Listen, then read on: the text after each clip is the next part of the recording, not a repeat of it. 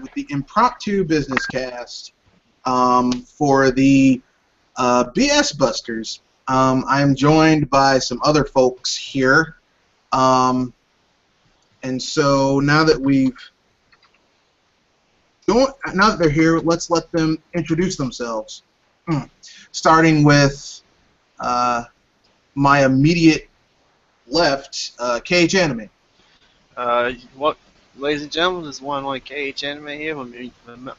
Remind you constantly to keep calm and game on. Is that an opening or a closing? Opening. And we also have the estimable and never irascible Kanoshi Abamanito. Hello, this is Kanashi Abamanito, and like I said last night on Poppy's Cast, when researching this industry, or at least when talking about it and looking at it, every day is Halloween, and there are no treats, only just lots and lots of tricks.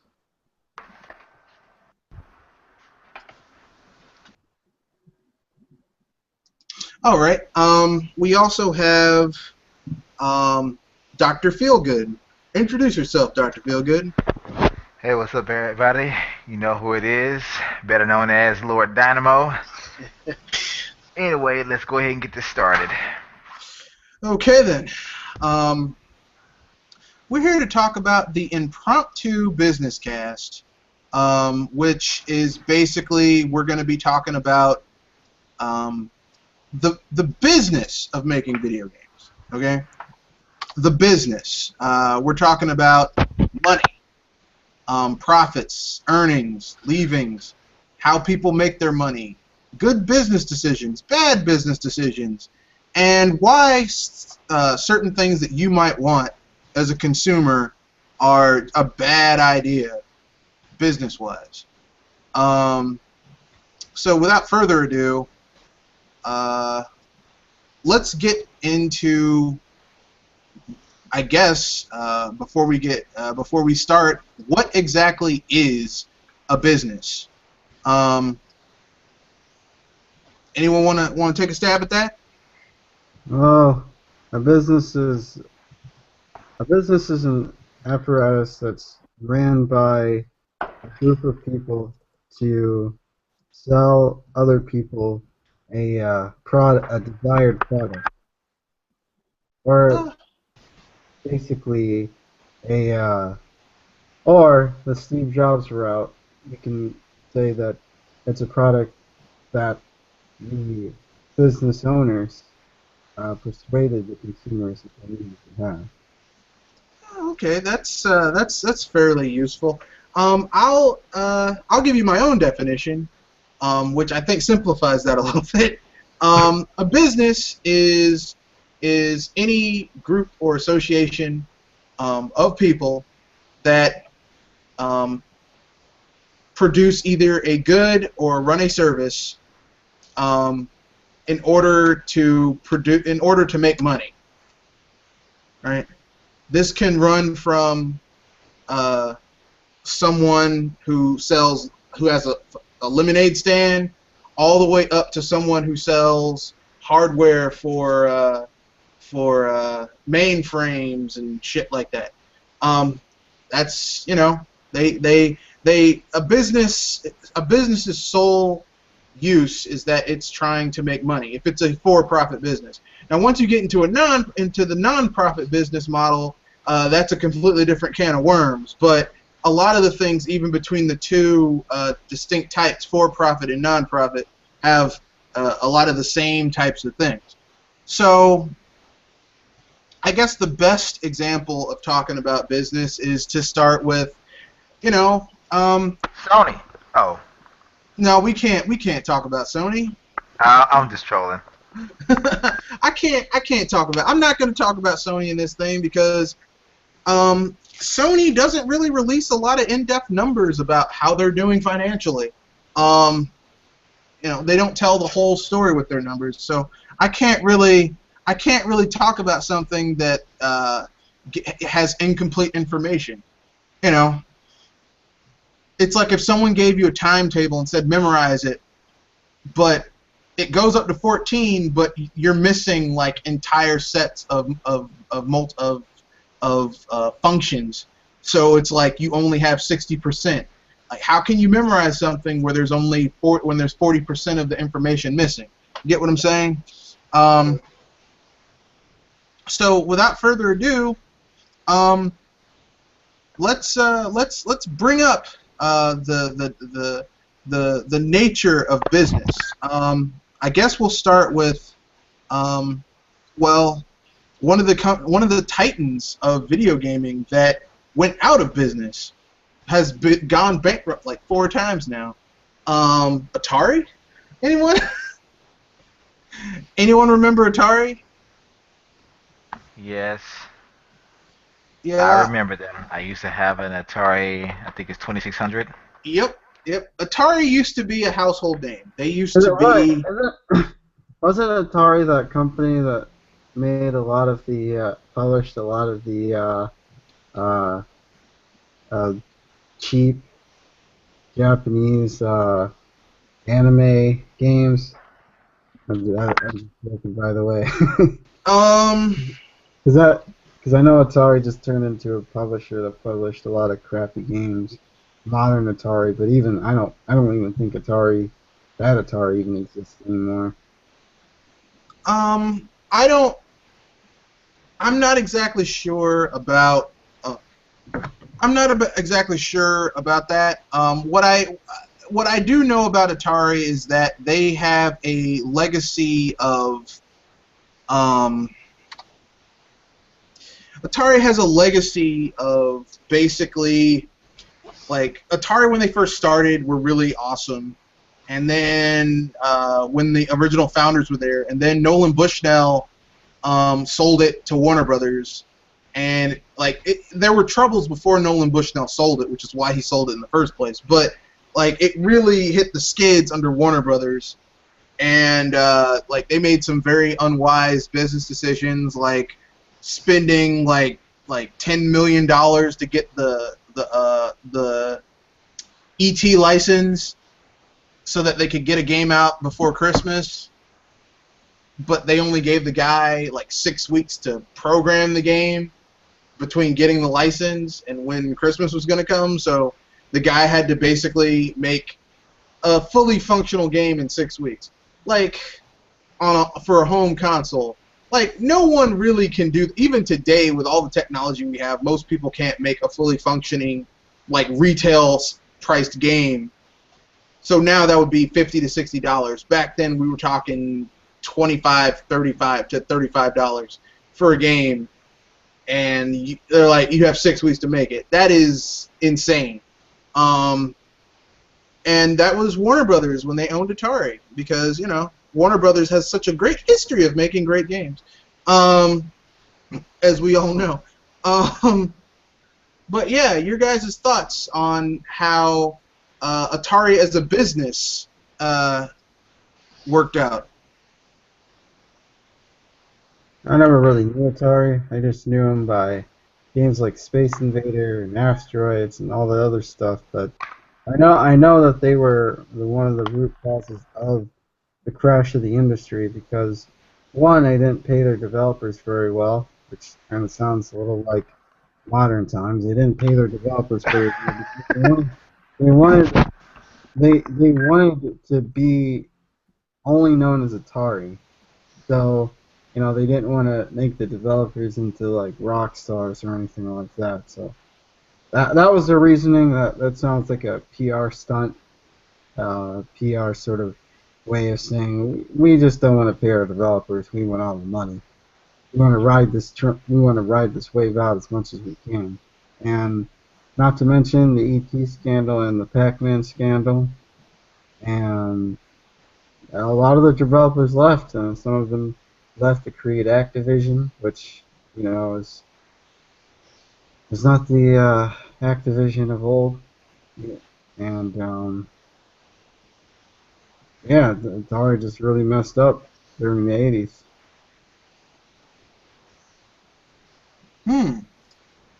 That's a fairly accurate assessment.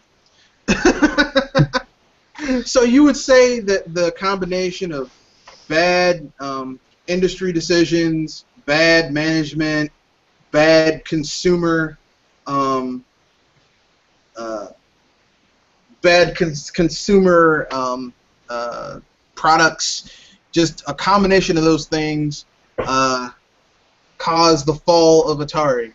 And they're still falling because they've declared bankruptcy like 4 times now. So, I don't like 3 or 4 times they've like, oh, we gotta file Chapter 11.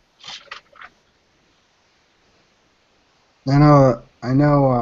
During the PS2 days, Atari was publishing a lot of those Japanese licensed games, those anime games. You know, that's Yeah, but some of those games were good, like Dragon Ball Budokai. Yeah, Budokai 3 was great. Budokai actually pretty good series. Yeah, Budokai as a whole is a decent series. But then after that, they just kind of disappeared, or they just ended up in obscurity again. Well, they're not in obscurity. You know what? They recently released Hashtaroids. Yeah, I heard with about Denny's. Yeah. I'm sorry. I'm kind of. I'm not even gonna respond to that. I'm sorry. I know that's terrible to kick a man while he's not only down, but like he's been bleeding out for the last 25 years. But as a matter of fact, he's even flatlined a few times, and they keep on resuscitating him. Why? I have no idea. So I guess we have to talk about the elephant in the room. Another company that's now basically a shadow of what they once were, Sega. Yeah. Well, Sega. Anyone want to tackle Sega? I thought you were about to say THQ, Well, but okay. No, I'm talking about console manufacturers. I'll talk about third parties that have gone bankrupt, because if we look at the 7th gen, you find a list of third parties that went out. But let's talk about Sega. I know that Sega, you know, they created the Sega Nomad. I'm just talking about their consoles. You had the Genesis. We had all those add-ons. Then you had the Saturn, and then you had the head of Sega. It was either the president, who came out one year. I think it was during. It wasn't E3 at the time. Bernie Stoller. Yeah, He was Sega of America president. Said that Saturn wasn't our future. Brought out the Dreamcast a few months later. Completely kind of like, even though that the Dreamcast gets a lot of praise, it was rushed out to market. Third parties didn't have time to develop games for it.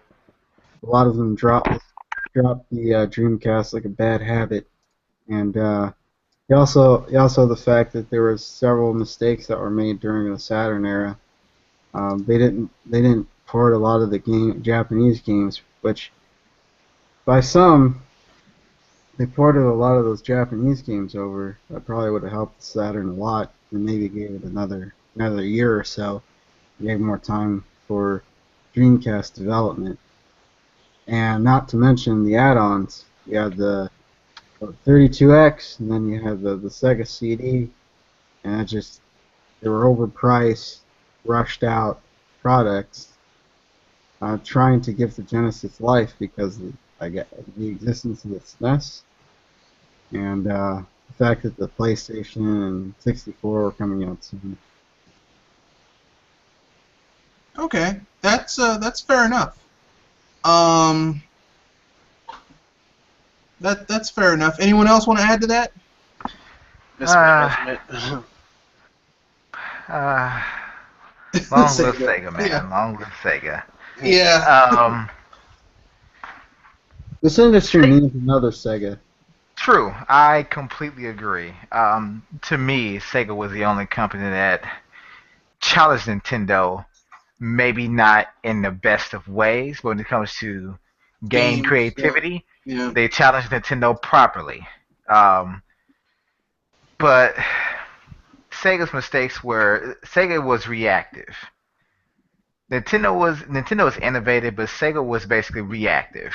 They reacted to certain things and in the market and the competitors, and that ended up killing them because they would react to a console or a concept and immediately drop one console and move to the next. It's like, well, you didn't even really stretch the legs of the Saturn.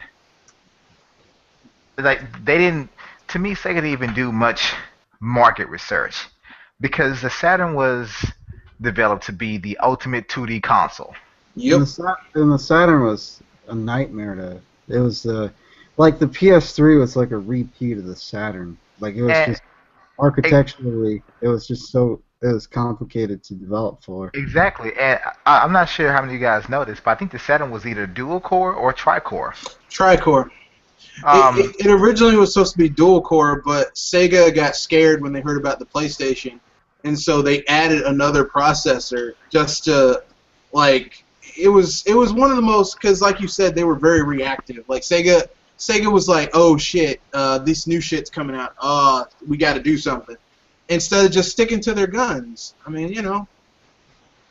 Uh, Back then, it seemed that there was a power game, and turns out, even though the PlayStation, wasn't as powerful as the 64, I thought developers, I'm just speaking in general, did a decent job with what they had. Oh yeah, oh yeah. Generally speaking, the 3D games that were on the PlayStation are serviceable, right? Yeah. I but, mean, but but they're not even just serviceable. that. I mean, of course, I agree with you when you say the developers back then did a decent job, with the PlayStation. But that's what happens when A, you have limitations, and B, you have developers that actually do want to work for and create content. Compared to today, it's like, hey, where's the check? Okay, we'll make something. But Yeah. back then, like it's like that. It's like that rapper, the upcoming rapper that's just now starting out, and his first CD is the shit. Yeah. And then next you know, 4 albums later, he just released a bullshit CD with like one or two tracks on. It's like, what happened? Well, when you're first trying to get out there, you put your heart and soul into stuff. Like that guy at this year's E3 that did the game Unraveled. Like he was extremely nervous on stage, but you can tell that game meant a lot to him. And back then, that's how developers felt, at least in my opinion. But uh, I wish we had that today, but we don't. Sadly, we don't. So Sega, like for me, like I was never like Sega was always like my second console, and then Sony came out, so they became my third console to get. Well, no, they still were my second console. Like I got a Sega Genesis well after I got my SNES. I never got a Saturn. I got a Sega CD add-on. um, and I was quite happy with my Sega CD add-on. and and then like Sega came up with 32X. I was like, hell no, no, that makes no sense. Better than me. I had a 32X. Yeah, and then when they came up with the Saturn, like I had been burned with the Sega CD. I was like, no, no, fuck you, Sega. Yeah, I was one of those people. I was like, nope, I'm not giving them my money. Not for this. Nope, nope, nope, nope, nope. And then I heard that shit from Bernie Stoller. I definitely was not getting a Saturn then. And then um,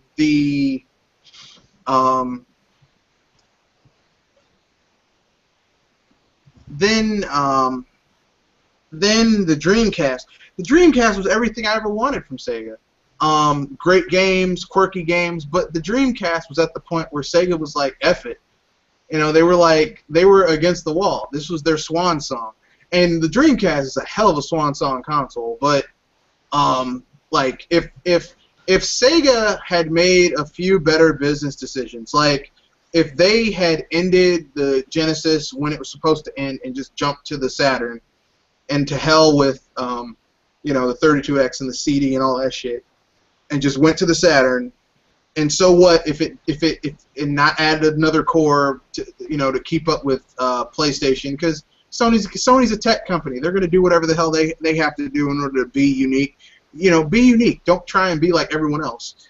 And I think that would have helped Sega. They wouldn't have lost as much money trying to, you know, an R&D, a 32X and the Saturn and well the 32X and the CD and stuff like that. Because like the technology they used for those were proprietary, so they had to basically were licensed. So basically, every time they sold one of those units, like they still had to pay like give a portion of that to someone else. Plus, they cost a lot for Sega to produce.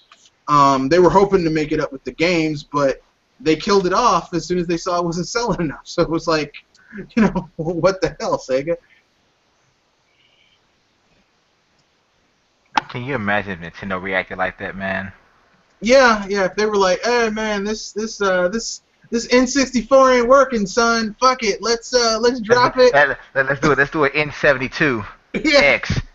yeah. We're gonna. Well, they almost did that in Japan. The DD drive, the N64 disc thing, and they almost did it. But then they were like, you know what? This is stupid.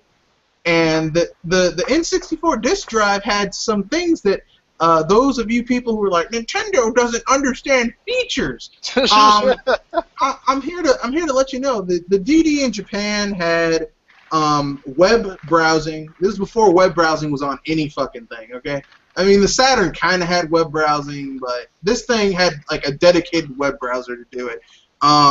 It had you could make the games that supported it. You could make your own tracks like on F-Zero X. It had a game called Doshin the Giant, like all types of cool shit. I think the Animal Crossing on that one in Japan with the disk drive supported it. It was like a lot of really neat features, but the technology wasn't quite there yet, and like they couldn't get it to the point where it needed to be quite yet. So yeah, they canceled it. But my point is that, you know, I mean, if every time something isn't going well, you basically drop everything and try to react, you wind up like Sega. And Sega today is not what Sega was 20 years ago. I'll tell you that much right now. Sadly. You know, Sadly. it was just poorly mismanaged. Like around the time, like pretty much the whole 90s when Sega was doing consoles, it was just entirely mismanaged. Like Sega Japan couldn't agree what Sega America wanted to do, and vice versa. Well, I mean, Sega made 3 cardinal mistakes in my opinion. First of all, like even though Sega started out as an American company, they moved all their shit over to Japan, so it became a Japanese company. And like that was the head branch. Why the fuck would the head branch take the shit they were taking off of the American and European branch? I'll never understand. Like they were like, no, it's okay. I mean, because you know, could you imagine if Reggie tried to pull the shit that Bernie Stoller did? Yeah. I mean, could you imagine? Hell to the Reggie wouldn't even be in Nintendo right now. No, I swear to God, shit, Iwata, when he was alive, he would have flown over here and slapped the shit out of Reggie. And Miyamoto would have broken his foot off in his ass. And his ass would be fired. I mean, that's basically what would happen. So I find it hilarious that people don't seem to understand that shit. They don't, like, people are like, well, you know, they need to, you know, look. Like I hear people say, well, Nintendo needs to let Nintendo of America off the leash. Okay, let me give you an example of what happens when you let the lesser branch off the leash. You get Sega of America and Sega of Europe, where you have 2 branches doing whatever the fuck they want with funds that they're getting from the head branch, because that's how money is allocated in businesses when you have multiple branches. The head branch allocates their funding, their budget for the year. So basically the money's coming from your parents, and they say, this is your budget, this is how much you can spend. And you had these 2 little bastards, these spoiled little brats, running around doing whatever the fuck they want to do because they knew better. And they basically, I mean, Sega of America and Sega of Europe did more to bring down Sega than anything Nintendo ever did.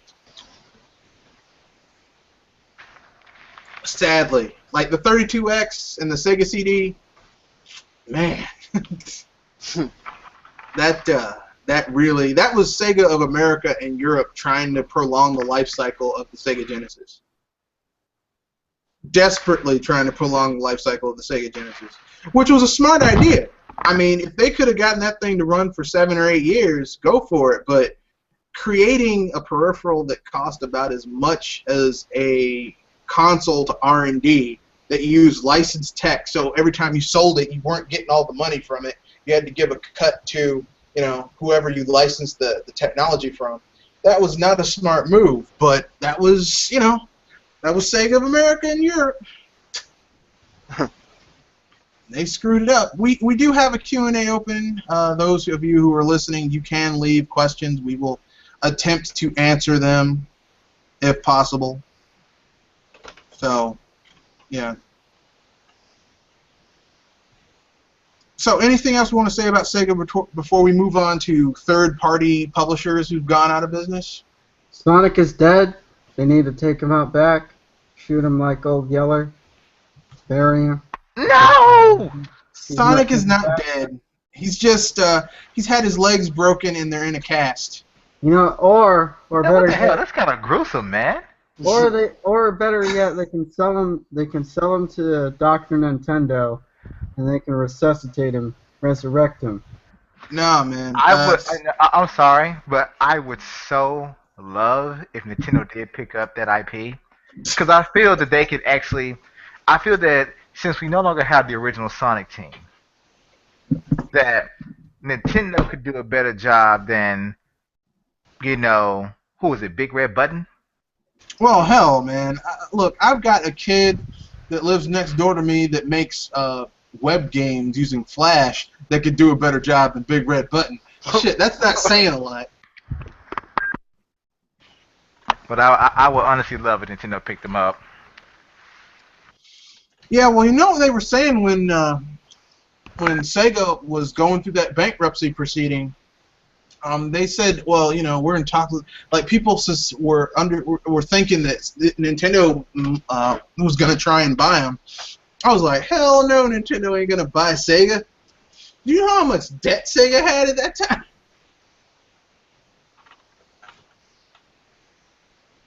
No, sorry, it was a ridiculous amount of debt. Okay. I can at least see them like rebooting Sonic the Hedgehog. Like maybe they could go that route. Just start off fresh. Just start from square one. They should kill off all of Sonic's friends, except for Tails and Knuckles, because they can stick around, but everybody else has to go. No, Sonic is not dead. He's their friggin' mascot. You don't kill off your mascot. Unless you're Sony, Sony will kill off a mascot like in a heartbeat. As soon as they think their focus crowd doesn't think they're hip or cool enough. If I was Sega and I want to revitalize Sonic, I tell you what I'd do. Kind of like what they're trying to do right now. I would create two types of Sonic games. I would create a 2D one and a 3D one. The 2D one would be on handhelds. The 3D one would be downloadable, like handhelds and downloadable. And the 3D one would just be on consoles. And I would find someone who's really good at making 3D games to make it. Either that, or I would get the people that did Sonic Lost World. Because I know people didn't like that. I know some people are like they're divided. But Sonic Lost World was not a bad game. It wasn't like, oh my god, like this is an abomination. Okay, when you compare it to the games that came to one of the worst Sonic games that came before it, and one of the worst Sonic games that came after it, Sonic Lost World's not that bad. It's pretty decent. I would tell you the truth. If I say reboot Sonic, I would love a sequel to Sonic Generations. I love that game. Yeah, or even Sonic Unleashed. Yes, I said it. I actually liked Sonic Unleashed. I know it's terrible. I know people are like, how do you like the Werehog? I actually. That means you like Sonic the Black Knight. The Black Knight was okay actually. I like the one that had the genie, that was like Arabian Nights and stuff. I mean, like, here's the thing. I think Sonic is at his best when he runs fast and collects rings. No. Oh.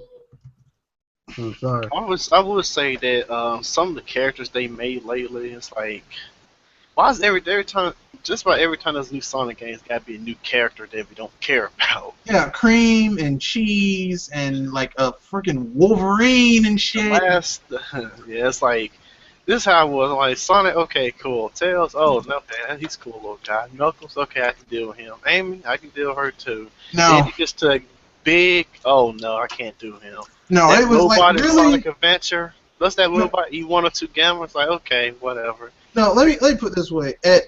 At Knuckles, it was stretching my patience because I was like, Sonic is at his best when he's got his sidekick and it's him. Anyone else and it starts messing up the form. Like Knuckles, it's like, okay, what do? You're there to be a foil because it turns out Knuckles is a fucking idiot and he listens to Dr. Robotnik, right? And then you've got Amy, who apparently in the other things is always trying to have sex with Sonic. That's her whole thing. Are you gonna kiss me? Ew. No. I'm a hedgehog. You're a hedgehog. We're both covered in spikes. So you Does didn't. this seem like a good idea? So you, Okay, this is going to a place it says go to. Yeah. so But you didn't like. You don't care for Shadow. I thought Shadow was basically, even though he's not really, if you follow the storyline of Sonic the Hedgehog, he's basically the evil twin Sonic. It's basically. I gotta stop you right there. No, when that's when they go to He's evil Sonic- twin Sonic, that was too much for me. He's Sonic's Vegeta. Yeah, he's basically Sonic's. No, think about it. Okay, Sonic is blue. He runs fast. I mean, the only difference between Sonic and Shadow is that Shadow has chaos control, which is technically, which makes him technically more powerful than Sonic when he goes supersonic. But it's like it's a technicality, and he doesn't need Chaos Emeralds in order to go into Chaos Control mode. And instead of running like Sonic does, he does this weird like fucking skate in the air, skate on the ground shit instead of running. Like I'm like, and he's black and red. Sonic is blue and white. I'm like, come on, man, Jesus Christ. I mean, yeah. I'm about to say that would be. It was. Go ahead. Now, it was Sega trying to do what they did with Sonic the Hedgehog, which is to create this edgy character for the 90s. Woo! Except Sonic was an edgy character for the late 90s, early 2000s. Woo! How the heck was he edgy? Like, look at him. Because he was black and red. Didn't No, you push no, I'm Shadow the talking Hedgehog about- where he like, drove like a motorcycle and had guns and shit? I'm talking about. I'm talking about the original Sonic. Like he was a plump, short little hedgehog. Yeah, but he had two, dude. He's like, you're too slow, Robotnik. That was edgy for the early 90s. I guess so. Don't be a slow-mo, Robotnik. I tell you. Well, you say it's Sonic's twin. Nah, Sonic's twin or evil twin would be Metal Sonic. Yeah, no. Metal Sonic is Sonic's Terminator. Although technically they both were made in a laboratory, both Shadow and Metal Sonic. A robot. You know, like Shadow. I mean, what I'm saying is that like it was Sega's desperate attempt to create. Like they were like, we're gonna do what we did. They went to the well again. They're like, this time this bucket won't break, and it did, and that's how we got Shadow the Hedgehog. And it's like, come on, man, I can't. Come on, Jesus Christ. I mean, and Sega has all these other IPs that they could be doing. Like, where's my good Golden Sun reboot? And no, that one that like had like the chick, Terrace Landstar or some shit. But Verifaz, you got the Verifaz. Maybe my new character would be for the next Sonic game, Dasher the dog. No. No. No. Where's the Darth Vader no button? I'm Anyway, being sarcastic, of course. Yeah, I know. I was just like, I'm just saying that Sega made some bad decisions, and in the end, it bit them in the ass, and you know, it's sad for all of us because Sega was like one of the few companies that creatively they pushed Nintendo. It was the last, like I said, the chaos, the Sega Nintendo console war was the last console war that actually mattered, because anything after that is just boring. It's a waste of time, because none of these consoles really have any strong exclusive games that they can say, yeah, you can't get this awesome shit on our stuff. You can't get this awesome shit on our stuff. Our version of this is better than your version. Because for all intents and purposes, these consoles are the same. Yeah. That reminds me, but going back to Sonic real quick, the reason why I like Sonic Generations in terms of like the more recent Sonics, because when you think about it, outside of the characters, they went back to the basics. Like the only human character was Robotnik / Eggman. Is he human, though? Yeah, he just fat. I don't even consider him to be human. He's just a dude. There was no emphasis on Shadow Story. There was no Station Square like the city of all those humans. There was none of that stuff. Basics. Here's the thing. It wouldn't bother me if they had humans in a Sonic game. My problem is that if you're going to give me a city, right, why can't I explore the fucking city? Why can't I go running at breakneck speeds finding secrets around the city? Why am I stuck in this square that's a hub world, going to this shitty place over here that gives me the illusion, like, you give me all this scenery, I can't interact with it, I can't run into it. It's just... I'm telling you, Sonic, the only game that got Sonic in 3D the best, in my opinion, is you got Unleashed, which did pretty well, but that's because they changed the spacing of you had the Werehog levels where it turned into a brawler, and Lost World, and that was just, they stole that from Galaxy. So what I'm saying, Sega, steal more shit from Galaxy. The next Sonic game, it's Lost World 2, it'll be just like Galaxy, you'll be fine. But I digress. That's coming to PC, isn't it? Lost World? What? Yeah, it's coming to PC, isn't it? Yeah, this week. Yeah, it's coming to PC. You can get it. It's awesome. It's actually a good 3D Sonic game. No, I already have it for the Wii U, so get it for the PC unless you want. No, I'm talking to those who might be viewing it who might be viewing this who don't have it. It's actually a good Sonic game. It is. It's fairly decent. It's not great. It's fairly decent. It's pretty good. It's rough around the edges, but you know what? If they made a couple more of those, I think they could get it right. Yeah, if they learned their lessons from Lost World and made Lost World 2, they could totally, like, Mario Galaxy is one of my favorite games, but it had a few issues with the design. And they fixed that with Galaxy 2. So clearly, if Sega actually gave a shit, they just do that. But enough about Sega. It's time to talk about those unfortunate third parties that went out of business during the 7th gen. Who wants to mention that they know first that went out? Midway. We have Midway. We have... Let's see. Well, what do you remember about Midway? What did you like about them? What did you not like about them? THQ. I didn't really. I mean, I played Rampage once on the PlayStation, but THQ back in the '90s, they made a bunch of those crappy Nickelodeon games. I don't know. I liked Tak in the. I liked Tak. Tak in the Power of Juju. You actually like those games? Yeah, they were like Tak. Those games were a solid 2D platformers. Sorry, 3D platformers. They were solid. Okay. Well, I just remember them making a lot of bad licensed games, and then in the 6th, 7th generation, they started making. They really got it.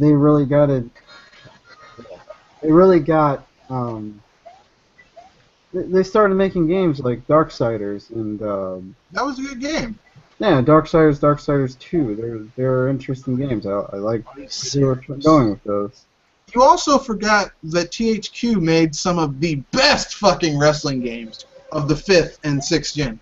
Yeah, that's right. I was never into wrestling, but I have heard good things about a lot of those wrestling games. They made good ones. now they're in bad hands. So. Well, 2K does the best they can, but the thing is that 2K forgets that wrestling is supposed to be fun, and they try too much for realism. Because, I mean, how realistic can it be when you fucking hit a dude in the head with a steel chair, and like 2 minutes later he gets up, or a guy gets like pile drived and his body slammed into like three tables, and like there's like a crater, and they pick him up and they put him they get the paramedics to cart him out, and like a week later the dude's back like nothing happened. You know, I mean, you know. If the wrestling games were maybe a bit more cartoony and really quick, like really fast, like, because I remember playing wrestling on the PlayStation, those controls, like the tank controls for wrestlers, and I know they're supposed to, move like really muscular guys, but at the same time it's a video game, and I kind of wanted to. I don't know. Every time I've looked at a wrestling game, I've never been that interested because I always thought the game moves too slow. I don't know how to explain it. Got it, kid.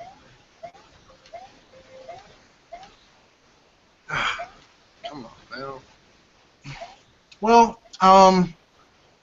the third-party company, it didn't go out of business during the 7th gen, but like that I miss, that's basically just gone out of business is Maxis. Oh yeah. Now I know Yeah. people are gonna say, Yeah. "Well, Maxis isn't out of business. They're owned by EA." That's basically like being out of business. Yeah. That's like going bankrupt right there. BioWare will soon be out of business. Just give it time. Yeah, they're on their way out too. Whatever happened to that free-to-play game? Off topic. Whatever happened to that free-to-play game they were working on? Did that get canned? I heard it got. I think it Oh, got. you mean that BioWare free-to-play RPG that people thought was going to be like BioWare returning back to form, and it was just a damn free-to-play game? Yeah. It got canceled. Yeah, that's what I thought. Yeah. I mean, the thing that I've noticed about the 7th gen is that a lot of the mid-tier developers, and studios, like, either got downsized, eaten, or went out of business. And it's sad because, I mean, you need all gamuts of these in business. You know, you need the little guys, you need the mid-sized guys, you need the big guys. In order to have a healthy ecosystem, you need all parts of the circle of life. You know, you need the rabbits that get eaten by the wolves and foxes. The foxes get eaten by the eagles. The eagles are alpha predators, so they get killed, and then they're feed for the worms, which, you know, fertilize the grass, which is eaten by the rabbits. You know, you need all of these creatures. You know, you need in order to have a healthy ecosystem. You can't have a business ecosystem dominated by just big third-party publishers or big first-party publishers and developers, and no mid-tier or small-tier guys. And that's what we've been getting. I mean, all you've got is a lot of indies and a lot of the big guys, very few mid-tiers, and it's sad. Yeah. So, KH Anime, what third party did you see go out that you wish came back? Well, they're pretty much dead by this point. I would say Hudson Soft. Yeah, well, Konami bought them, so they are dead. I said dead because they don't do nothing with their IPs. Yeah. And just hearing the words, like just thinking that we actually are in a generation with no Bomberman is sad. Well, we got Bomberman. Haven't you forgotten Bomberman Zero? Oh, good God. I'm sorry. I just had to go there because you forgot. We do have a Bomberman game. It's just really shitty. Well, the problem is that the reason Hudson Soft went out was, well, when the seventh generation came and everybody wanted, well, not everybody, but people. Oh my goodness, the graphics, and it's going back to what you said about mid tier third parties. They couldn't survive in this new market, and their games couldn't sell. Then when they got absorbed by Konami, everything they was working on was canceled. Yep. And now Konami has their IPs, which they are doing nothing with. Although, hey, if we're lucky, we might get Bomberman, the pachinko game. My God. Castlevania, the pachinko game. Ugh. Can you defeat Red Tiger? Red Falcon. I don't know. I wish. Ken, what third-party developer that went out that you wish wasn't dead? Man. Or should I say Dr. Fielding? Well, someone already said Midway, which is one of my favorite third-party companies from the sixth gen, sixth gen and before. Wow, that's what I really, really do miss. But I can also say I miss Acclaim. Yep. I do miss Acclaim. Um, I miss Iguana. Yep. Which those companies pretty much worked on the the NBA Jam and games like that pretty together. But I do miss those two along with Midway. I mean, they're even though they're not dead, they're still kind of dead. BioWare. Yeah, basically, From Bioware is dead. yeah, you're dead. So Yeah. that's the way I look at it. That's all I can think of for right now. I forget. There's a company. I think it starts with like Play Something. I think they made Cool Spot. Oh yeah, those guys. They used to make a lot of licensed games. Yeah, I can't think of the name. I think it's like Play Something or whatever. Um, and also SNK. I miss SNK. You mean the original, not SNK Yeah, Playmore? yeah, the original. Because let's just say to me, they're the ones that pushed Capcom to do nice things. Yep.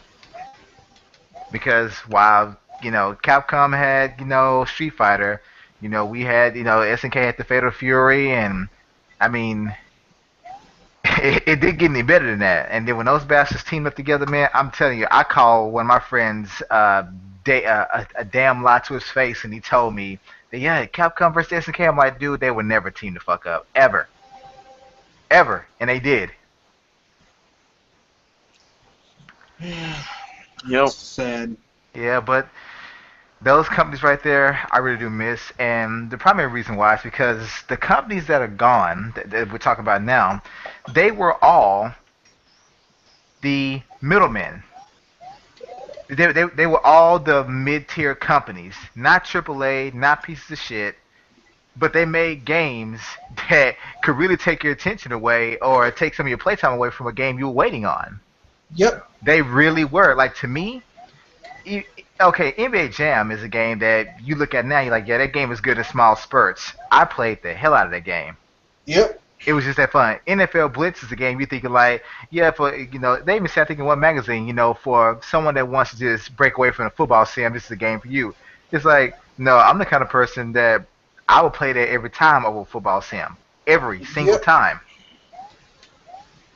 So they made games to me that you probably didn't even really need any major titles because it was so many of them there, and they made something for everyone, and they never took things too seriously except creativity. A game should feel like a game, not some realistic shit.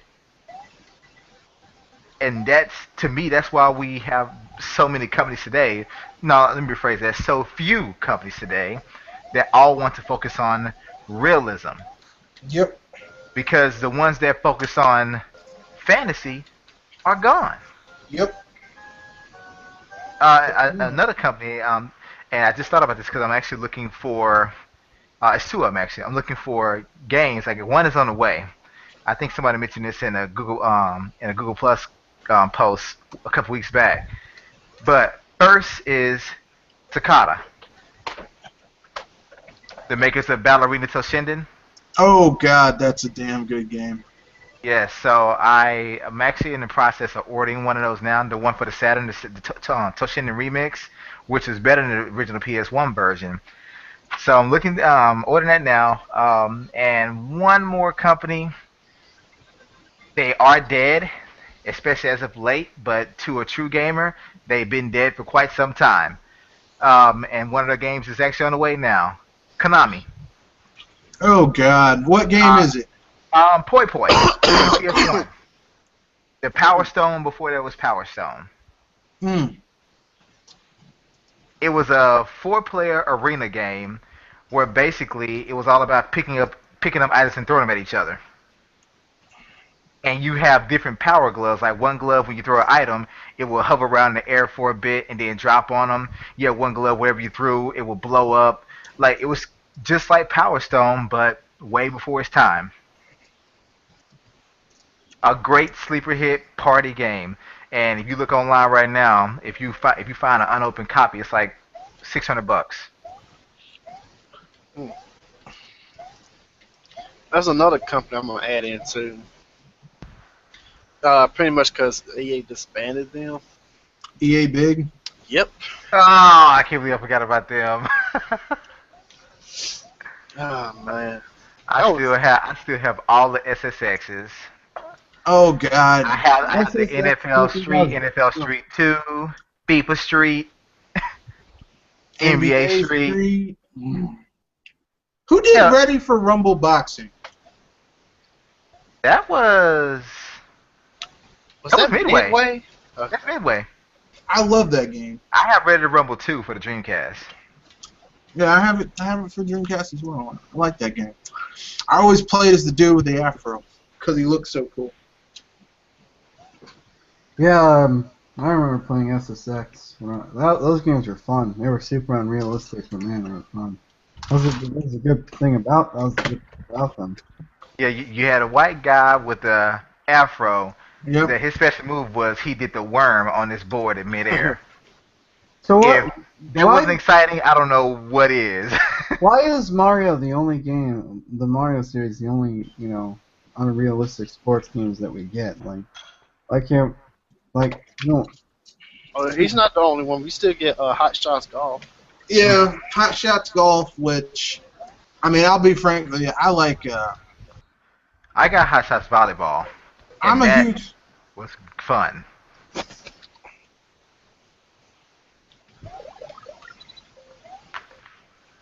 I'm a huge fan of,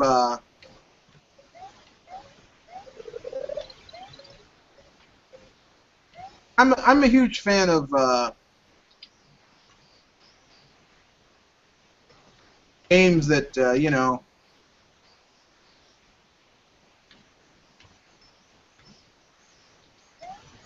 I need you to focus. Who you Put talking down to? the Mario Maker. it wasn't Mario Maker. It was someone That's sent me a me. message. Oh. Someone sent me a message, and I had to read it really quickly. No, the thing is like these games, these companies made a healthier and better ecosystem, and they helped drive the industry forward. It's sad that you very rarely get a lot of imaginative games. Everything has to be friggin' realistic and ultra realistic, and look at these graphics. You can see the sweat drip down this guy's face. That's some homo stuff. I'm sorry. Well, I mean, not even that. It's just they need ultra realistic graphics, or I mean, dog. I mean, think about it. What kind of man? The man paying attention to a virtual man's forehead to see him sweat. That's homosexual as hell. not really. Like if you're watching basketball and they cut to the dude's face, they got sweat coming all on their face. For real, if you're watching that shit. But nothing really gay about it. It's just, I mean, like most people playing video games don't give a shit about that much detail. If you're paying that much detail to a character's face and not playing the game, you probably suck at that game. But I digress. Which leads us to the elephant in the room, the big N. Nintendo. So I guess it's time to talk about how much money they made. What? They made money? Oh yes, they made lots and lots of money. But the media told me otherwise. Oh, they get ready to die in 2 hours. Please. Money. Nintendo has actually hit a milestone of 21 million amiibo sold. Yeah. And I'm pretty sure they're not paying that much to have them made. But yeah. Let me put it this way: they're probably selling those things. If you want to do averages, probably a piece, maybe $10. Take $3 off, like $3.99. It probably only cost them about $3 or $4 to make the things, so they're still making $6-7 in profit. Well, somebody told me that they were only making a fourth of what Sony was making. Off of what? That's what I was confused about. Are you talking about Sony as a whole or their game division? Sony's as a whole is losing money. Yeah, the only profitable segment of Sony, and I mean the only, is the PlayStation division, and they're barely scraping by. Yeah, they're barely Like they're barely making money, and the reason they're making money is because Sony probably took out another loan, and they're counting the loan as profit. Look, listen. And yes, for those of you who are listening, Sony has taken out government loans from the from various banks in Japan, and government loans from the Japanese government to stay afloat. And they have to pay a certain amount every single fiscal quarter in order to not have those loans default. So please don't tell me that you're counting money that you borrowed from someone as profit, unless you are an incredibly bad business person. But I digress. Anyone else? Well, we were talking about. So yes, Nintendo made money this quarter. As a matter of fact, they made a lot of money. They make money every quarter. No, but they made a lot of money this quarter. I'm just going to talk about how much their software has sold. Their top-selling software on the Wii U, which is a dead system, by the way. It's totally dead. Mario Kart 8 is their #1 selling software on the system. It sold to 5.87 million. Okay. So what you're telling me is, based on their rationale, 1 out of every 2 Wii U owners have Mario Kart 8. Yes, because the hardware install base of the Wii U is 10.73 million. So basically, 1 out of every 2 people who own a Wii U have Mario Kart 8. Okay? Period. Nintendo I think that's Land. probably the highest ratio or attach rate for a single game in history, isn't it? I believe it may be so. Nintendo Land is at 5 million. I know that wasn't included with every single bundle, so some people went out and bought that shit probably. New Super Mario Bros. U is the third at 4.88 million. So basically, by the time Christmas comes around, you can round all of these up. Like Mario Kart 8 is probably going to be at 6 million by Christmas. Nintendo Land will probably be at 5.10. New Super Mario Bros. Will probably be at 5. New Super Mario 3D World will probably be at 4.5 because it's at 4.47 now. Super Smash Bros. For Wii U will probably continue to sell. Splatoon is only at 2.42 million. It's probably going to go up higher than that. I think Splatoon is probably going to hit 3 before the year is over, and I say that because it sold at nearly 2.5 million within a matter of 3 months. Yeah, Christmas is gonna be a big time for Splatoon to really get some sales. Especially in case those overseas don't know about this, but in Europe they're releasing a bundle, if they haven't already, a Wii U bundle that has, and I cannot believe Nintendo is wrong for this shit. They're releasing a Wii U bundle that has both Mario Kart 8 and Splatoon. That's right. No life. That's right. They are. New Super Luigi U is at 2.27, so 1 out of 4. 1 out of 4 has Splatoon, New Super Luigi U. 1 out of 5 has Super Mario Maker, which is at 1.88 for something that's been out for a little over a month at this point. The Legend of Zelda Wind Waker HD is at 1.62, and Wii Party U is at 1.58. I downloaded that game for free though, so I didn't pay for that game. I have it, but I didn't pay for it. Now let's look at the 3DS, because people forget. Yes. Time out for a second. How much was Mario Maker again? 1.88. Good. Yeah. Keep it up, fella. Keep it up, guys. Yeah. Now the 3DS is a little bit different. The 3DS is at 54.34 million units install base as of September 30th. Now, does that include the 2DS as well, or just the 3DS? That includes all the handhelds in the family.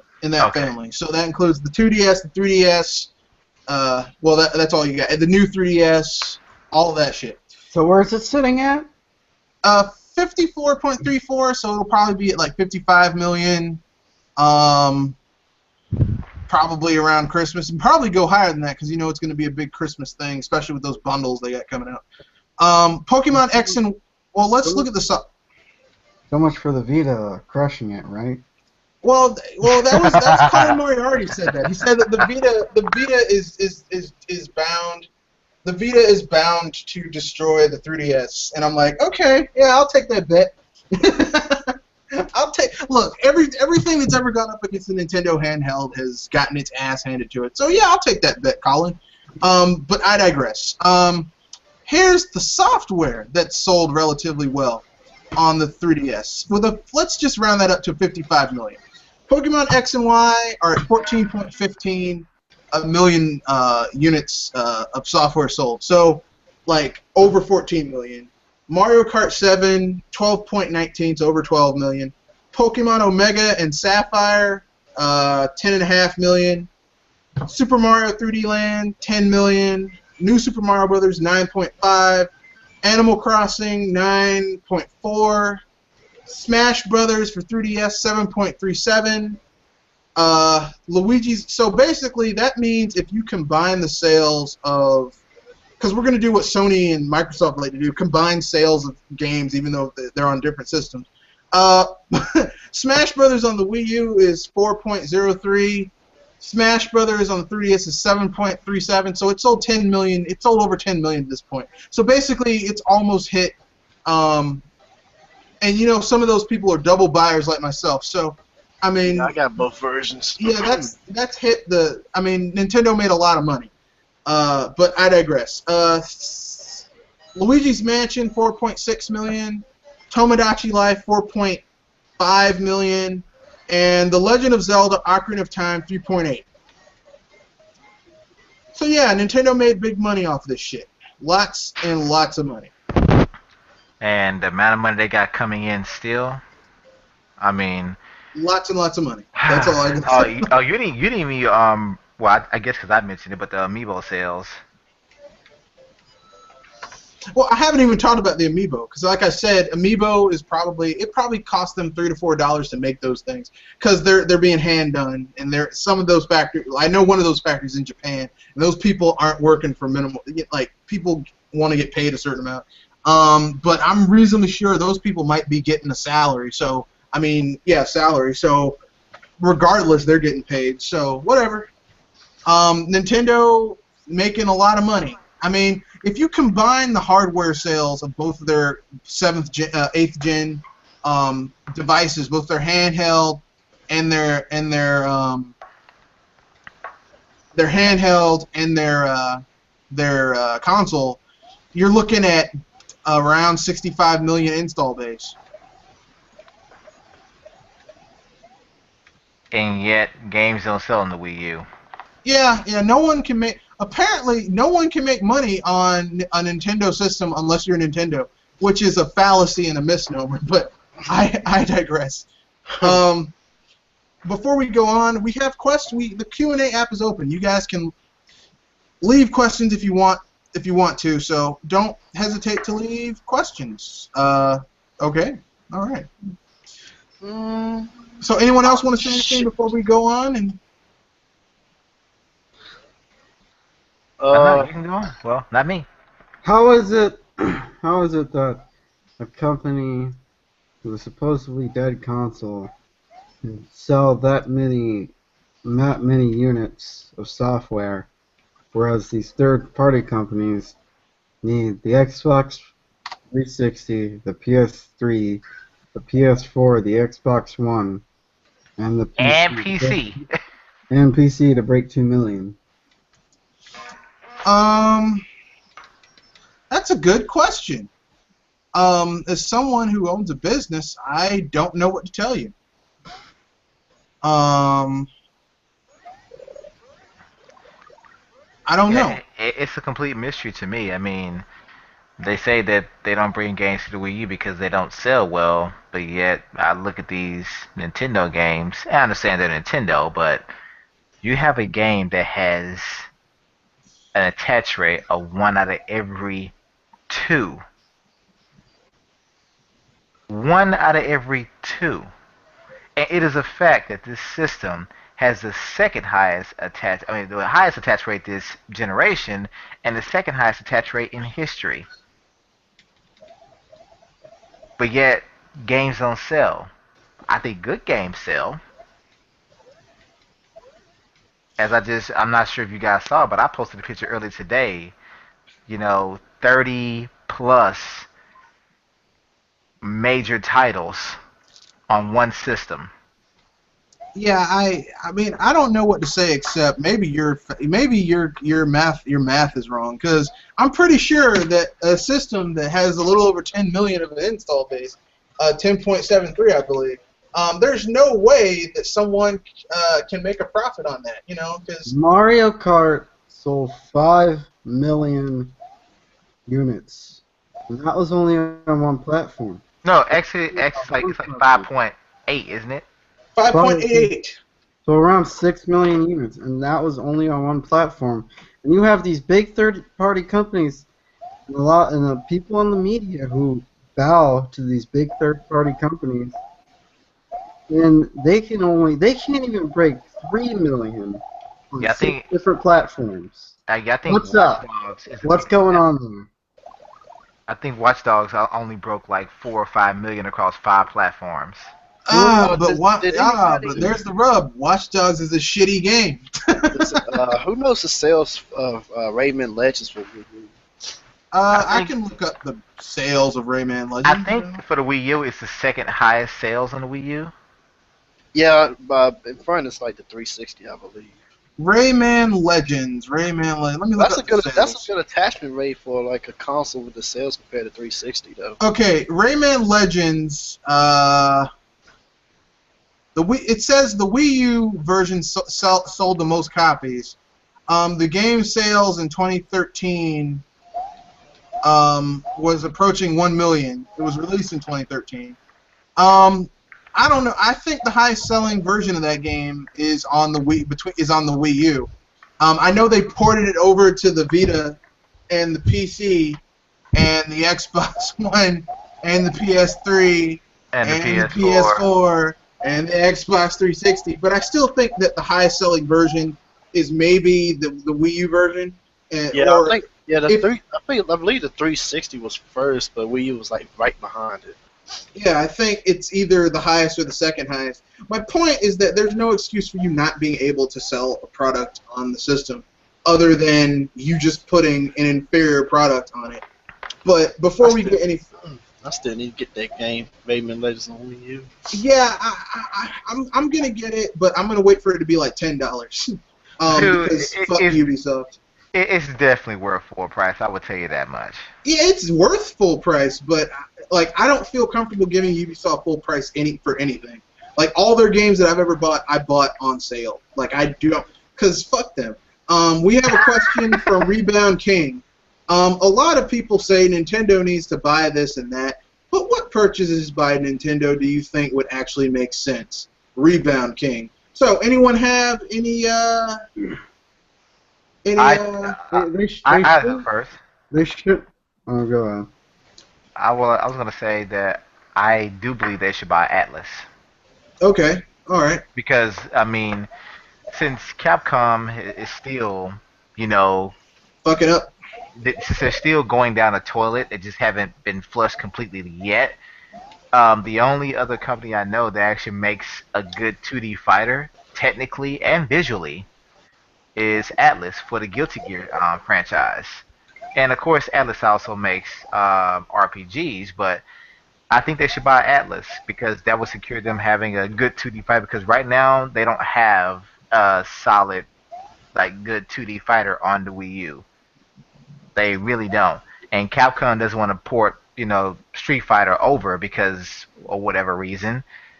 And to me, Atlas would be the the best route to go as far as a 2D fighter. If not Atlas, I mean, I hate to say this, but if you can't get Atlas, damn it, get SNK. Yeah. Ugh.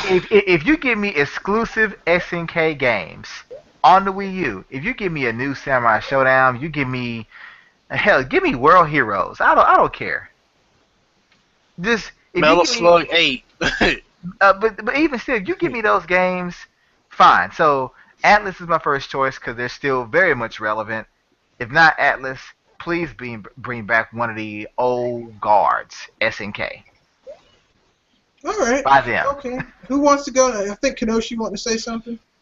I think they should. They shouldn't buy up companies, because that means they would buy up. They would also buy up their dirty laundry as well. They could maybe buy some IPs or at least make some deals with some of the more honest companies like Atlas and like Sega and maybe not as much with Sega. Um, just make deals with these companies, I guess. Put like exclusive characters in the game to sort of deflect any sort of hoarding of So, that kind of game. so kind of like a little collaboration with some benefits, Yeah, the like Tekken awesome Tag Soul Tournament 2. Calibur, well, the awesome Soul Calibur 2 during the GameCube era. Yeah. Yeah, Oh. I'd go with that. That'd be cool. Who 'Cause wants you to go don't want- next? Because you I don't was- want these big companies swallowing up, these smaller companies, because then you'll have, a monopoly, and that won't be great. Well, I can tell you right now, after seeing Enix and Square merge together, they did a fusion Han turned into a big fat guy eating a chicken stick. So I never I used to think, well, if it can't be a bad thing if these two awesome companies fuse together. Yes, it can. So no, I would not want to see Nintendo buy Sega ever, ever, ever, ever. Because Sega right now they're bad, but if they fuse with Nintendo, they'd bring Nintendo down too. So no, no, that ship's got to sink by itself. It's got to sink. No, you know what? Though? I disagree because Nintendo has a certain way they operate, and I firmly believe that if Nintendo was to buy Sega, they would probably still make sure that Sega's responsible for its own, but they'll quality control the hell out of their ass. I don't think Nintendo will even let Sega damage them even remotely. It would be like, okay, make a Sonic game. We're going to oversee it. We're not going to give you extra money, but make a Sonic game. Like And it's not gonna come out until we approve it. They need to bring out Miyamoto. They need to bring out the break his foot off in your ass Miyamoto to oversee that shit. The Miyamoto that they sent to NST when they were fucking up with Project Hammer and he broke his foot off in their ass, or they sent to Retro when they were fucking up and he broke his foot off in their ass. They need to bring that Miyamoto to oversee that shit. You need to.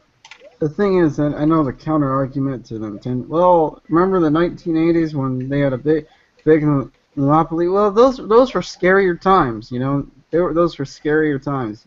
That was when the industry knew a crash, and they had to do everything they can to make sure, because there was no confidence in the console market here in North America. Nope. They had to do everything they can to recreate confidence, and that's why a lot of their strategies were very harsh, very draconian. But these are different times. I don't think that will go. I don't think history will repeat itself. I don't think it's just a whole different playing field. I don't think the things that worked in the 1980s, I don't think will work today. What, you don't think they need to channel? Okay, that's fair. KH Anime, what purchase do you think Nintendo should make? Would be a good thing to make. All right, one second. Oh, Platinum Games. That's a good. Okay. All right. Because think of all the recent Platinum Games titles that's been out on Nintendo console. Look how highly praised they've been. From Bayonetta 2, Wonderful 101, and now they're working on Star Fox Zero. I mean, I don't know. We don't know for sure, but they have been working pretty close with Nintendo as of late. So, I would like to see that. They sew that shit up and maybe buy Bayonetta from Sega and just give it to be like, look, Platinum, we got a surprise for you. Bayonetta, bitch. Bayonetta will only be on Nintendo consoles from here until the end of time. Oh man, the salty tears the fanboys would cry. It would be worth it just to see those tears. See, the thing is, those you're gonna make people you're gonna have the Holocaust happen. You shouldn't say that. You're gonna have a group of people committing seppuku if you say that stuff. But those people didn't even care about Bayonetta, the first one. That's what gets me the most. It's like you guys didn't even go buy the dimensional game. Exactly. I mean, you didn't give a shit in the first place, so why are you mad now? You know. Yeah, Nintendo, they're right. But the next question isn't. Well, actually, I didn't get. I'll tell you what I think a company they should buy, and you're going to be surprised when you hear this. Nintendo should buy EA. back. No. God. That's like buying a bag of shit. And not even cow shit or horse shit, because you can spread that around. It's fertilizer. Pig shit is useless. No, and I know this could possibly never happen, but it would be awesome.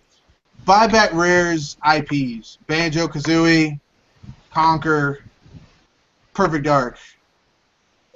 They can keep Killer Instinct, but they're gonna buy back those 3 IPs and. Like going back to what I said, like, do you guys really concede like maybe Platinum Games becoming a second party for Nintendo in the future? They could do it, or even better, they could become a first party like a Retro. I think they kind of already are. I mean, I know they're making a game for the Xbox One, but if you think about what they're doing outside of that, it seems that almost everything else they're doing is strictly for Nintendo.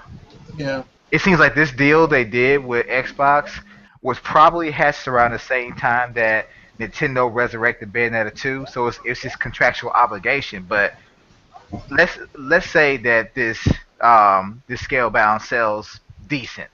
Let's say it sells better than Sunset Overdrive, which is, I know it's not saying much, but let's say it does. I'm pretty sure there probably won't be a sequel to it. Because I'm pretty sure that even, especially with the recent rumblings I've heard, from the developer about, the whole thing with Scalebound, that this is not something that they want to do. It was contractual obligation, and once it's done, they're probably done with Microsoft. I don't think that we're going to see anything else from Platinum on other consoles, after Scalebound. I think that the Nintendo and Platinum are working behind the scenes. I would not be surprised that whatever Nintendo's next console is, if Platinum has an exclusive game just for that system. I wouldn't be surprised if they have working on something, because Nintendo,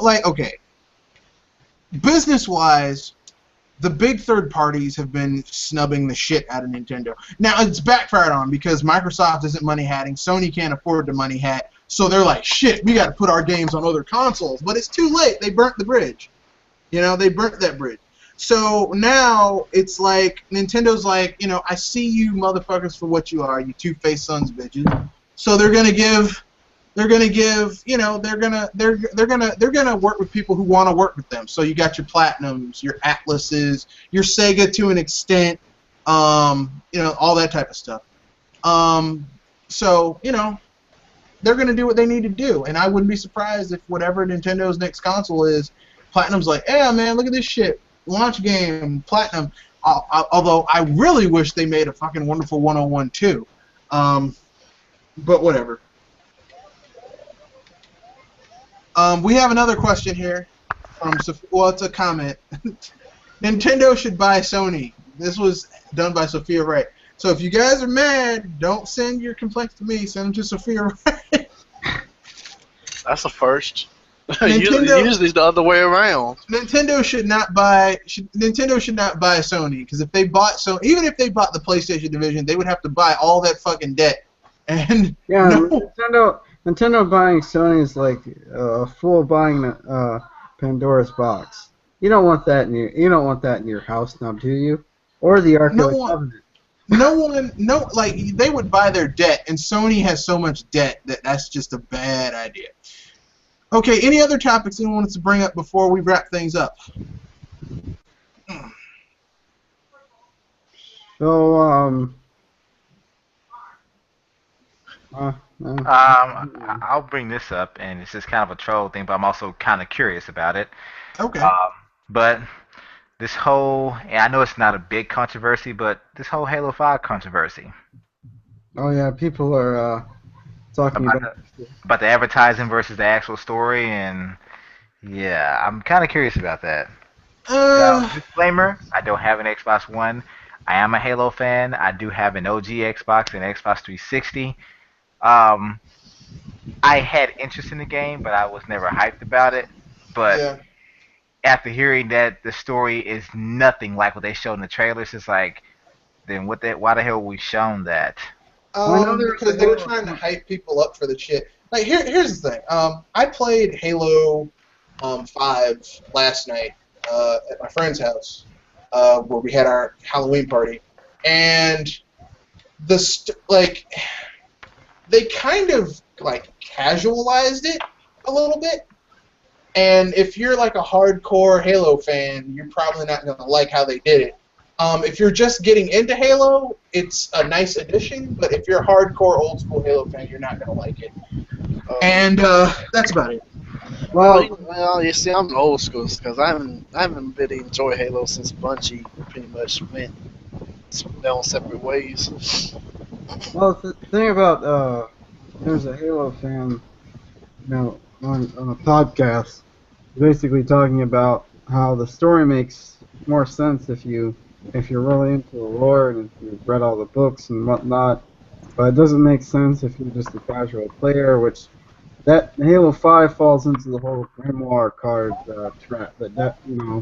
Destiny, Destiny has the grimoire cards that, in order to understand what's really going on in the story, you have to read those.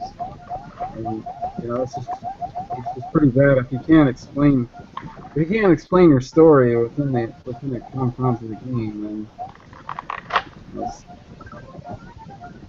I guess.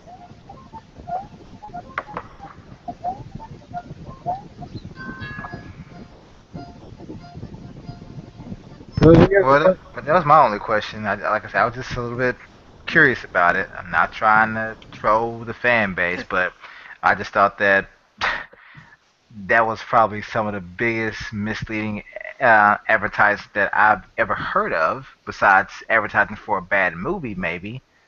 But to advertise a complete story as one thing, and it's probably something completely different, it's like, well, I kind of bought into what you were showing me, not what I got. Well, they'll sell it to you in pieces, and then by next year, this time next year, they'll come out with the Halo 5 Taken King edition, where you get everything. So. Oh shit!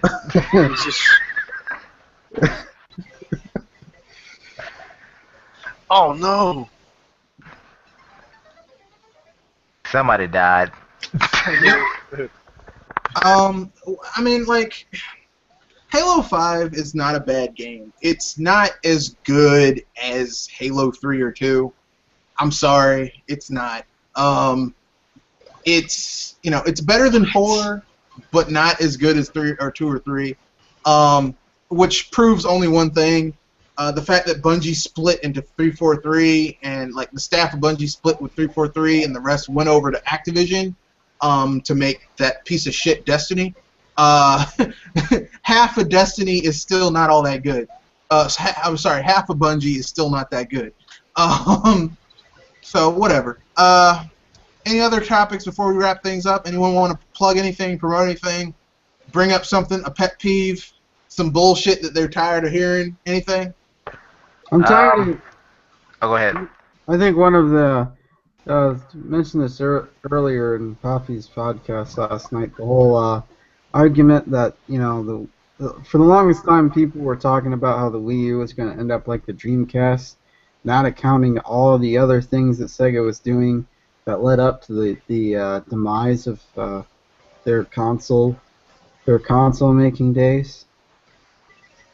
How can it be like Dreamcast and already surpassed Dreamcast sales?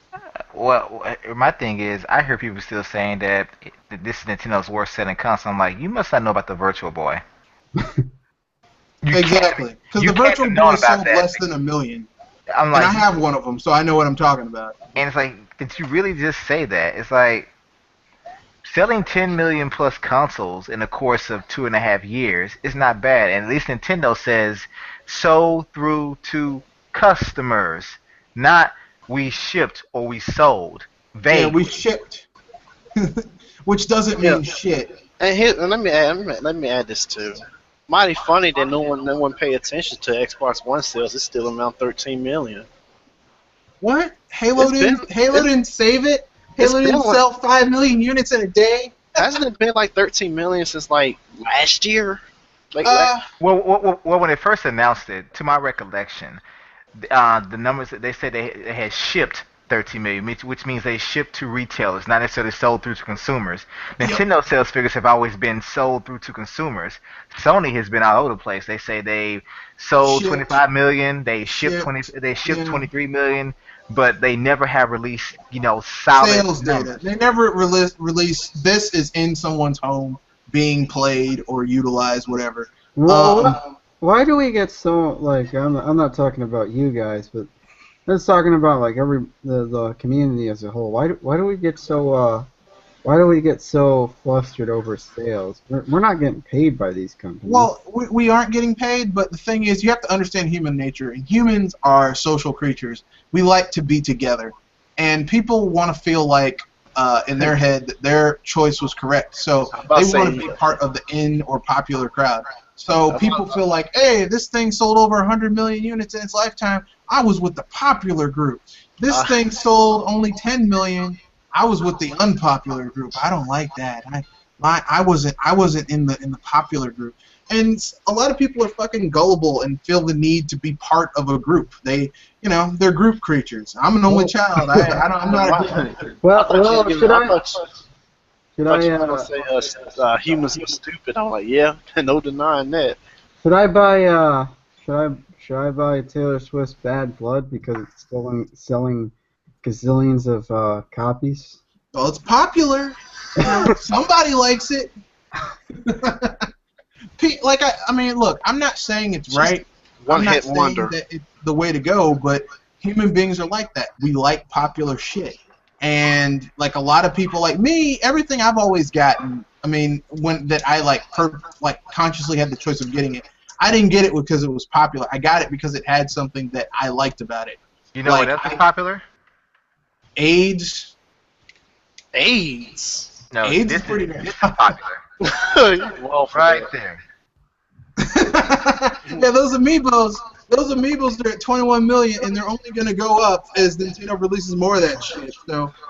And as a grown-ass man, fuck popularity. Yeah. going back to music real quick, but do you not notice that Taylor Swift just writes the same song over and over and over again? Yeah, she talks about how this boy has the perfect girl. Why didn't he go with her? You're gonna miss me when I'm gone. Like, here's the thing. I would agree with your assessment, Kanoshi, except I'm kind of a music buff, and some of the popular music was awesome, like the Beatles. Like the early Beatles was pretty good. It was also popular. Elvis, some of the early Elvis was popular and also kind of good.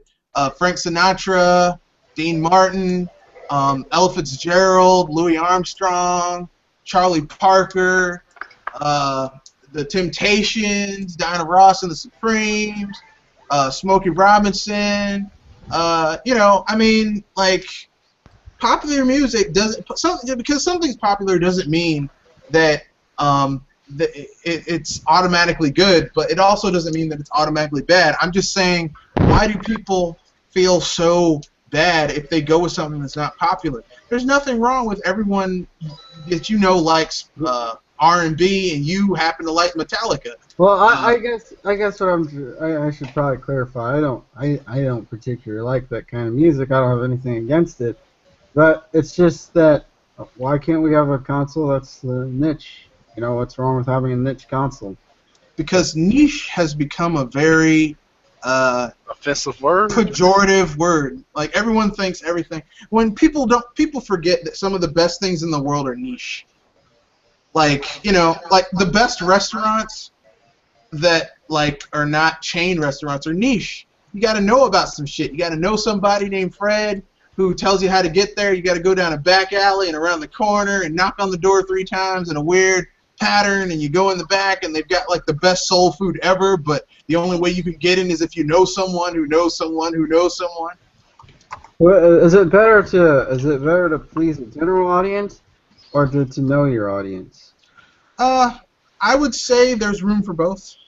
I would say that if you can create a product that caters to a certain audience, like a Mario or a Zelda or a Metroid or something like that, and it specifically caters to that audience, and you can grow it slowly but surely, that's good.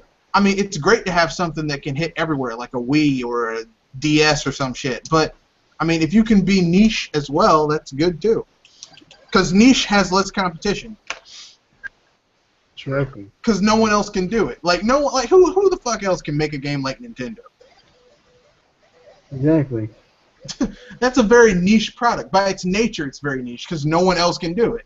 Sega tried, and oh god, they failed miserably. But I mean, that's their thing. But I digress. Anyone want to plug anything before we wrap things up? Well, we have more questions. Do we? Do we have more questions? Oh Lord, we do have more. Okay, good. Okay, good. I've heard Induo say that Square Enix kind of wants to come back to supporting the Nintendo systems again. What are your thoughts on that? Who wants to answer that one? Well, they're a beaten and battered child that that hung out with the popular kids and realized that this isn't who they were, and are crawling back to what made them special. They're coming back on their knees. They're coming back to dad. And let's hope that what that could mean is the next system may actually have a true successor to Chrono Trigger. Or a true successor to Final Fantasy VI. Oh, burn. But what do I have to say to that is this. Yeah, they want to come back to support Nintendo systems. They want to support Nintendo systems because Nintendo technically has the highest install base of 8th gen, which is the 3DS at 54 something million. I think the teats, the Microsoft and Sony's teats are starting to dry up.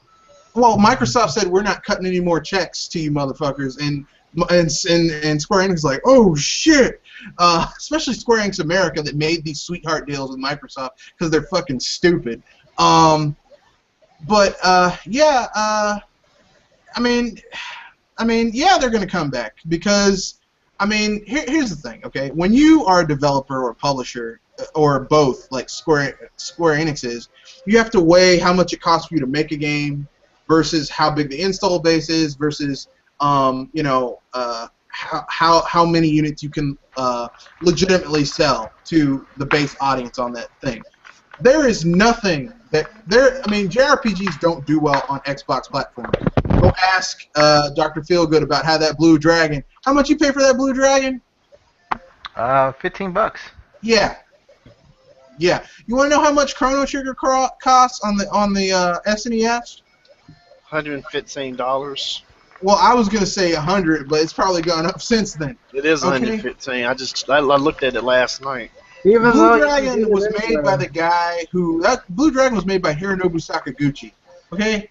Hironobu fucking Sakaguchi in conjunction with Akira Toriyama. He did so basically it was kind of like a Dragon Quest crossed with Chrono Trigger. And Nobu Uematsu for the composing. Yeah, so basically you had the Final Fantasy music guy combined with the Final Fantasy producer guy combined with the guy who did the animation for the character designs for Dragon Ball and Chrono Trigger. That game sold like ass on the And you know what's so funny is that you name these three people, that's basically like saying, you know, Iwata, Miyamoto, and you know those two guys. It's like you have three people, and how Miyamoto is known as being the father of Mario. You could say that Sakaguchi is like the father of Final Fantasy.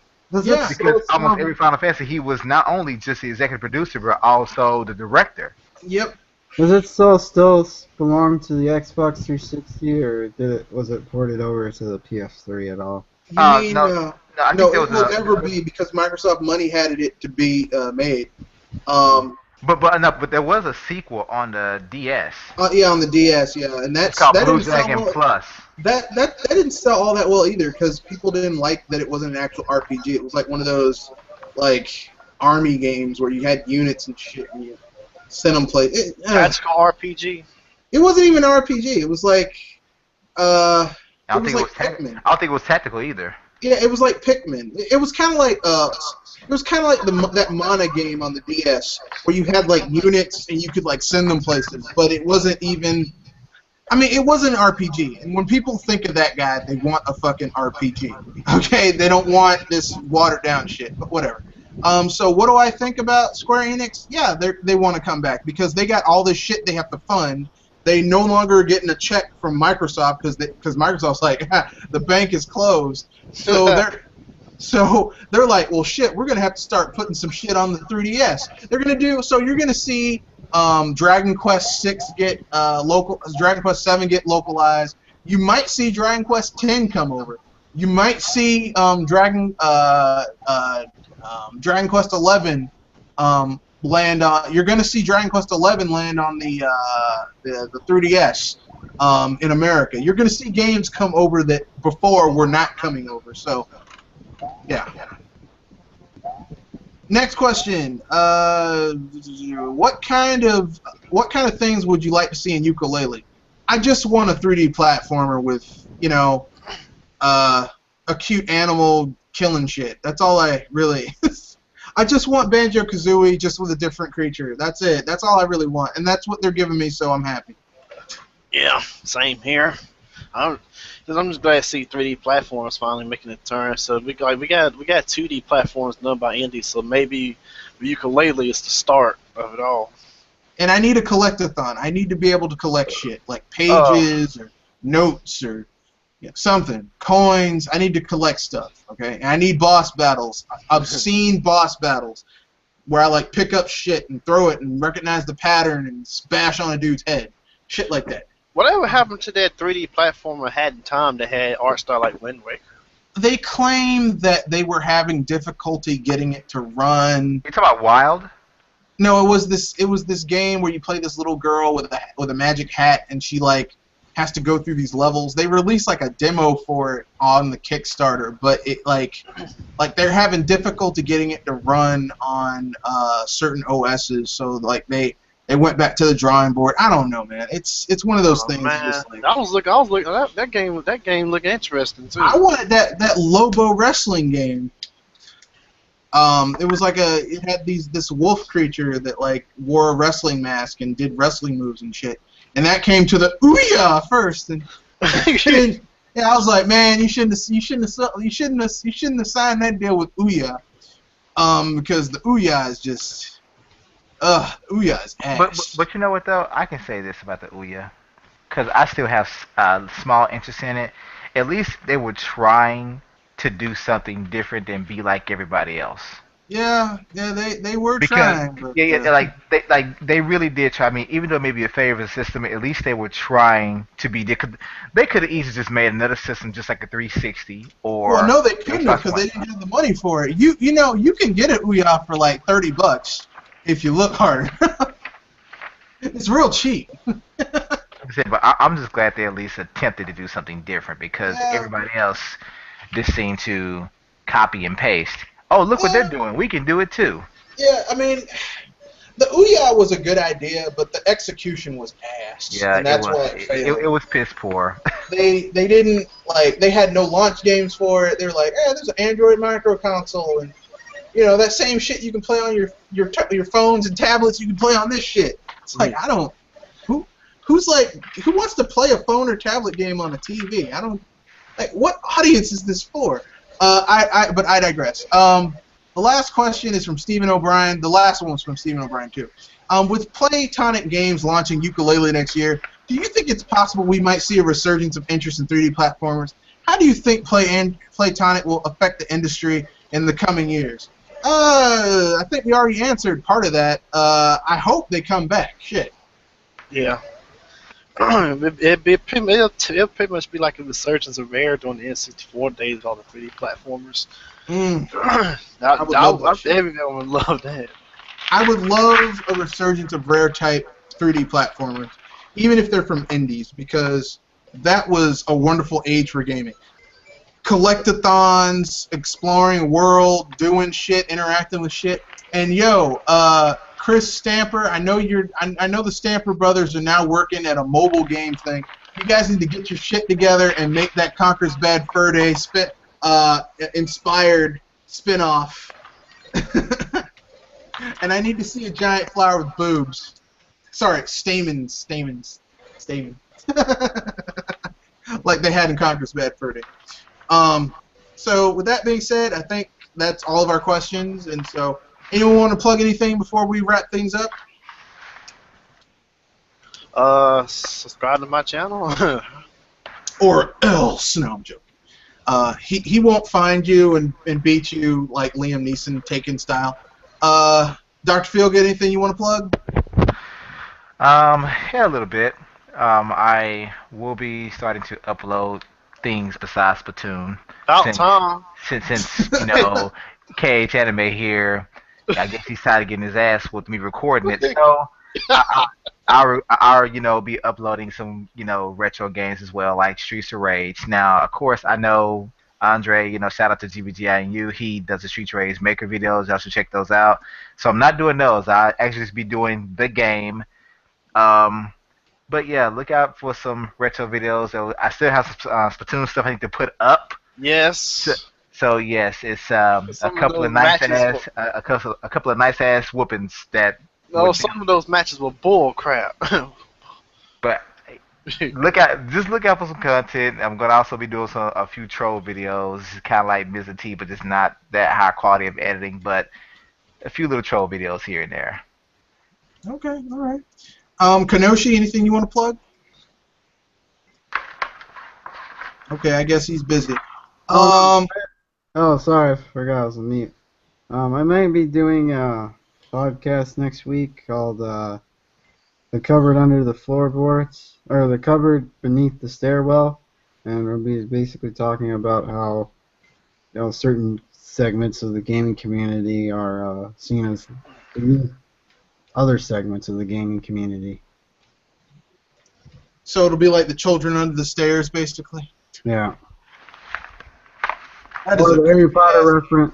Or the Harry Potter reference of Harry Potter, the first book where he lived under the stairwell of his aunt and uncle. He lived in the cupboard. Okay, all right. So I guess I'm the last one left. Basically, I'm glad you guys took advantage of this BS Busters. The next BS Busters will be next week. Well, actually, I'm going to do it on Saturday at 5. So it'll be a day early, but around the same time, 4 or 5, around there. So look forward to that. Next week's BS Busters will be about why don't we get real broken down numbers about like how much something sells? Why do they change the parameters? Why do they move the goalposts depending on which company they're reporting on? Whether it be critiquing or sales or profit, why? That'll be the question for next week's PS It's Buzz. not a particularly easy question. It's because they need to please their investors. No, I think it goes a little bit deeper than that. But you can find out next week, 4 o'clock Eastern Standard Time, 4 p.m. Saturday. Look forward to that. It'll be the 8th, I believe, or the 8th? Let me check. No, the 7th. The 7th. So look forward to that. And with that, I guess we've reached the end of our cast. And good night. Bottom, you two, amiibo.